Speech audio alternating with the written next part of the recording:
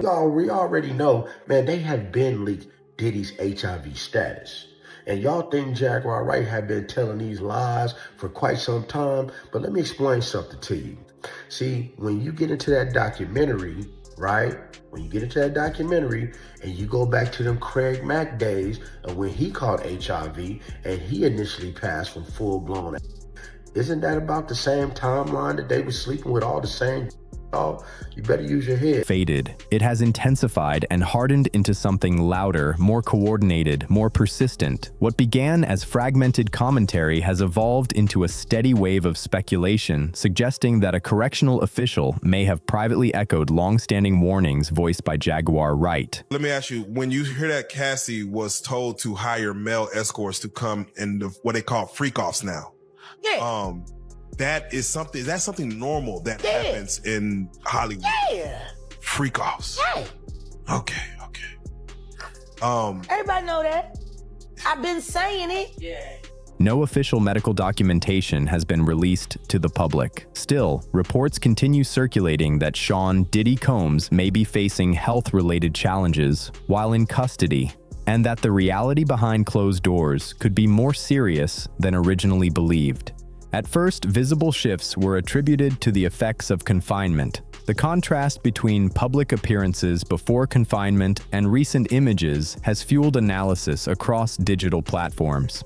At first, visible shifts were attributed to the psychological shock of confinement, a dramatic fall from global visibility to institutional routine. Such transitions can alter posture, weight, expression, energy. But over time, that explanation began to feel insufficient to those closely tracking every detail. The conversation gradually shifted from lifestyle adjustment to deeper speculation. Reporting for work in the library, where he is making recommendations and handing out different movies and books for his fellow. A jail warden from the private facility in Fort Dix that he was recently transferred to. Though no confirmed documentation substantiates those expanded claims. A reported transfer to a facility in Fort Dix accelerated the momentum. Transfers inside the federal system can occur for routine administrative reasons, yet in high-profile cases, they often trigger suspicion. Allegations surface that he may be dealing with multiple health concerns. No prison authority or medical official has confirmed any diagnosis. Claims involving communicable conditions remain unverified, but repetition has given them durability in public discourse. Attention then pivoted to behavioral dynamics inside the facility. The assumption that incarceration would automatically dissolve influence began to weaken. Accounts describing retained leverage, social positioning, or continued interpersonal power spread rapidly, even in the absence of institutional confirmation. Allegations of misconduct behind bars have not been supported by court records or correctional reports. Still, perception evolves in environments where visibility is limited and imagination fills the gaps. Reputation does not vanish at the threshold of confinement. Years of dominance within an industry create narratives that follow a person into any environment. Inside closed systems, hierarchy reorganizes quickly, and perceived status can carry weight independent of documentation. Claims that his standing among inmates has grown are driven by rumor rather than verified record, yet the psychological influence of a powerful name should not be underestimated. Looking backward, renewed scrutiny triggered retrospective re-examination of earlier chapters in his life. Past relationships resurfaced in discussion. So let me ask you, when you hear that Cassie was told to hire male escorts to come in what they call freak-offs now. Yeah. That's something normal that happens in Hollywood. Yeah. Freak-offs. Yeah. Okay. Everybody know that. I've been saying it. Yeah. Particularly those involving Cassie and the late Kim Porter. Emotional history often becomes reinterpreted when present controversy intensifies. No verified medical records substantiate links between past relationships and present speculation. Even so, the revival of those associations has deepened the emotional gravity surrounding the broader narrative. Momentum surged after Cassie filed her civil lawsuit in November 2023. Legal filings carry a different weight than digital commentary. They introduce documentation, timelines, sworn statements, Once that filing became public, additional individuals stepped forward, alleging emotional, psychological, and physical harm. Those claims remain part of ongoing legal proceedings. The accumulation of voices, however, transformed the atmosphere. Allegation became volume. Volume became narrative pressure. Jonathan Dye emerged as one of the individuals speaking publicly. He alleged that after attending social gatherings involving Cassie and Sean Diddy Combs, he later discovered he had contracted a serious medical condition. I had sex with Cassie and Sean.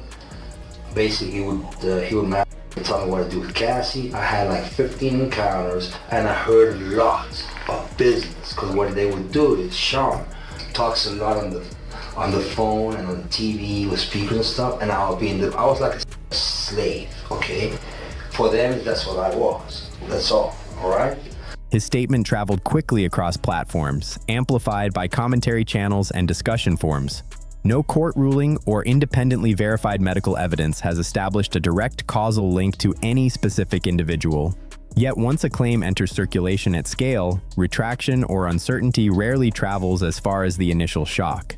Gina 2 also described alleged experiences at private Los Angeles gatherings. So y'all know I've come to terms that I don't know who gave me AIDS or HIV, right? So today I got a message about an interview that I should watch. And this interview happened to include a celebrity man that I was with for a few years, and I actually had feelings for this person. She claims those events negatively affected her health and well-being. These allegations remain unadjudicated, and no official findings have publicly connected her medical circumstances to a confirmed source. Still, repeated testimony, even when legally unresolved, reshapes perception over time. As additional accounts surfaced, the narrative expanded beyond isolated allegations. A broader pattern was implied: influence intersecting with vulnerability, status intersecting with access. That interpretation remains built on testimony and digital analysis rather than judicial determinations. Yet in the public imagination, patterns often form long before verdicts do. The conversation inevitably circled back to Usher, who previously faced civil lawsuits alleging transmission of a sexually transmitted infection. Those were separate legal matters resolved independently. His early professional association with Combs is well documented and historically acknowledged. No court record establishes legal crossover between those proceedings and the current allegations surrounding Combs. He's facing another lawsuit from this time 3 people. A man and 2 women, all represented by big-time lawyer. Usher himself has not said whether or not he has the virus. How does the story end? I never heard from him again. Still, associative thinking tends to blur boundaries in high-profile controversies. Speculation extended further to Craig Mack, an early Bad Boy Records artist whose health struggles became public years ago. Attempts to connect his circumstances to alleged internal misconduct remain unsupported by verified evidence. However, when multiple names appear within overlapping timelines, online discourse tends to draw connective lines whether or not documentation supports them. Kim Porter's case continues to resurface with particular intensity. Renewed attention surrounding Combs revived questions about the circumstances of her passing. Official records attribute it to lobar pneumonia. Alternative explanations circulate periodically, often amplified by social media cycles. None of those alternative theories have been supported by the findings issued in 2019. Kim Porter dad, he came out and spoke out about that video. How you feel about him coming out? Well, the way I feel, if I was Kim Porter's father and I seen that, I could only imagine what he may have thought his own daughter went through. The Los Angeles County Medical Examiner's report described toxicology findings as unremarkable and formally closed the matter. Closure in documentation, however, does not always produce closure in perception. Once the report regained digital visibility, skepticism expanded rather than receded. Doubt filled emotional spaces that forensic language could not satisfy. Porter's father publicly expressed reservations about the pneumonia conclusion, stating that elements of the situation felt unresolved to him personally. His perspective reflected grief and conviction rather than new medical evidence. No subsequent official revision altered the original determination. As scrutiny surrounding Sean Diddy Combs deepens, attempts to connect multiple individuals from his orbit to broader narratives of harm have accelerated. Claims that associates were silenced, became ill, or faced adverse consequences remain speculative and unconfirmed by verified investigations. Still, repetition creates perceived gravity. Names including French Montana, Meek Mill, Usher, and Young Miami continue to surface within rumor-driven discourse. No publicly available legal filing establishes coordinated wrongdoing tied to the circulating allegations. References to non-disclosure agreements or confidential settlements remain unverified unless supported by court documentation, yet the mere suggestion of silence agreements fuels suspicion in digital culture. Focus has also shifted toward his safety while incarcerated. Claims emerged suggesting a possible transfer request due to perceived threats. Correctional transfers occur for multiple administrative and security reasons. No official confirmation has established that a specific threat required relocation. In high-profile cases, however, even routine procedural moves are often interpreted through a lens of danger. Long-standing industry tensions involving the notorious B.I.G. and Tupac Shakur have resurfaced again in online debate. No court has found Combs legally responsible in relation to those historical incidents. Assertions that inmates may personally attribute blame remain speculative. History, however, tends to resurface whenever controversy reignites. Public intensity escalated further when discussions referenced documents associated with Jeffrey Epstein.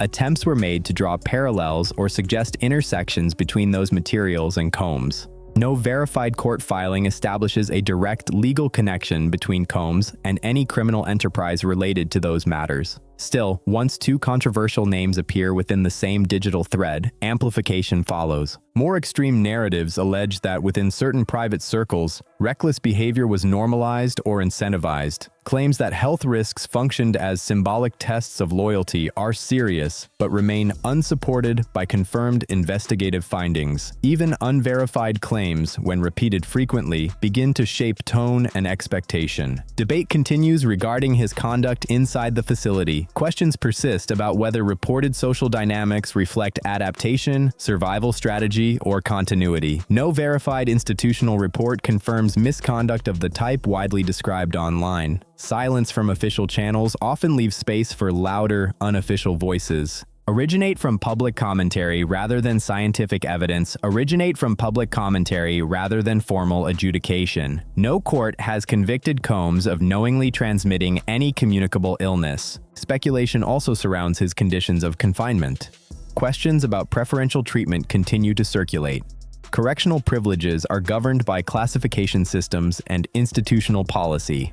No verified documentation confirms extraordinary accommodations, though perception frequently outruns paperwork. What remains is a collision between narrative escalation and documented evidence. Is this reputational unraveling driven by accumulated allegations? Is it speculation expanding faster than formal process can respond? Or is it another phase in a career that has consistently existed at the center of power, controversy, and scrutiny? At this stage, the loudest elements of the story remain rooted in circulation rather than adjudication. The outcome will not be determined by digital intensity, but by verified evidence, formal proceedings, and findings that withstand scrutiny beyond the echo chamber.